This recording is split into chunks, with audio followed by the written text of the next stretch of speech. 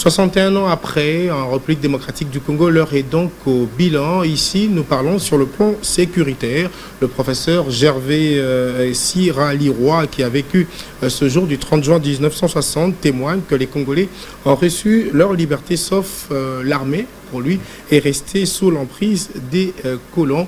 Propos recueillis par Ernest Mouero, notre permanent dans la province du Sud Kivu. Le 30 juin 1960, il y a eu ce qu'on peut appeler l'euphorie, l'hystérie collective.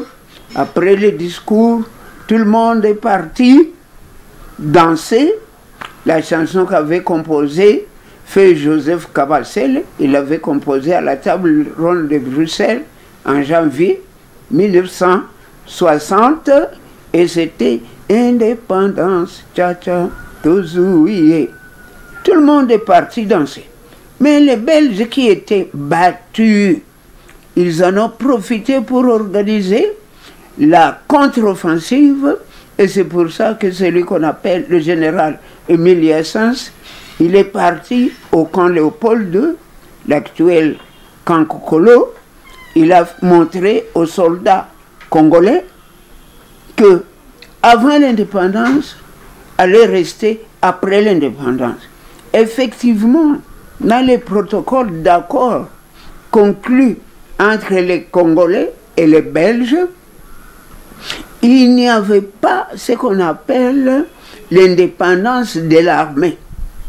Donc l'armée allait rester, la force publique allait rester gérée par des officiers belges. C'est ainsi que le civil vont devenir.